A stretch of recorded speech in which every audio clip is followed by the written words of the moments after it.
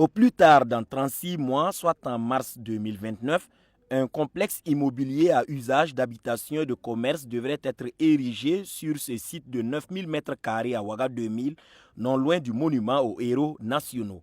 Porté par la CNSS, la Caisse nationale de sécurité sociale, ce projet prévoit la construction de 3 bâtiments R+8 avec sous-sol et des aménagements pour 88 appartements de type F4 d'environ 200 m² chacun, 72 appartements d'environ 150 m² chacun, 16 plateaux commerciaux de 1445 m², 20 plateaux de bureaux de 5705 m², d'un gymnase, d'une piscine, des aménagements paysagers et récréatifs. C'est le président de l'ALT, l'Assemblée législative de transition, qui a procédé à la pose de la première pierre sur le site.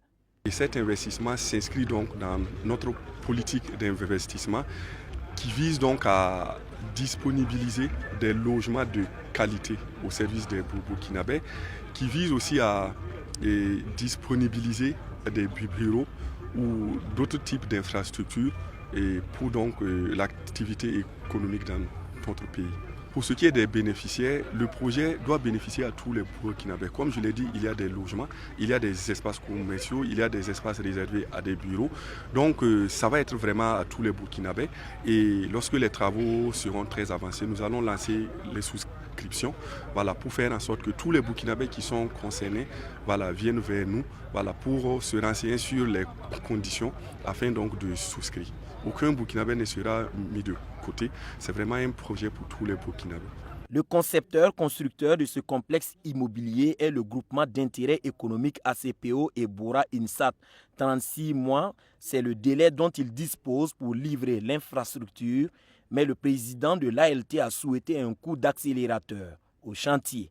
Concrètement, il s'agit de 3 bâtiments de type F+8 avec un sous-sol desservi par des ascenseurs.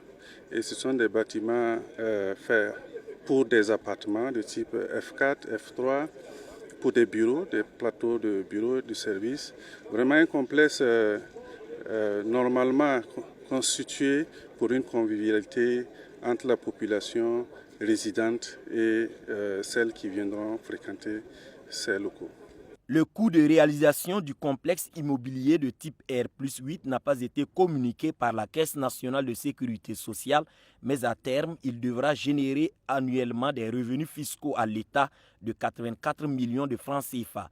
Le management global du projet envisage un modèle de partenariat composé de 3 acteurs que sont le maître d'ouvrage, le concepteur-constructeur et le gestionnaire exploitant. L'entreprise se dit déjà prête à ajouter d'autres pierres à la première posée après le feu vert du laboratoire national.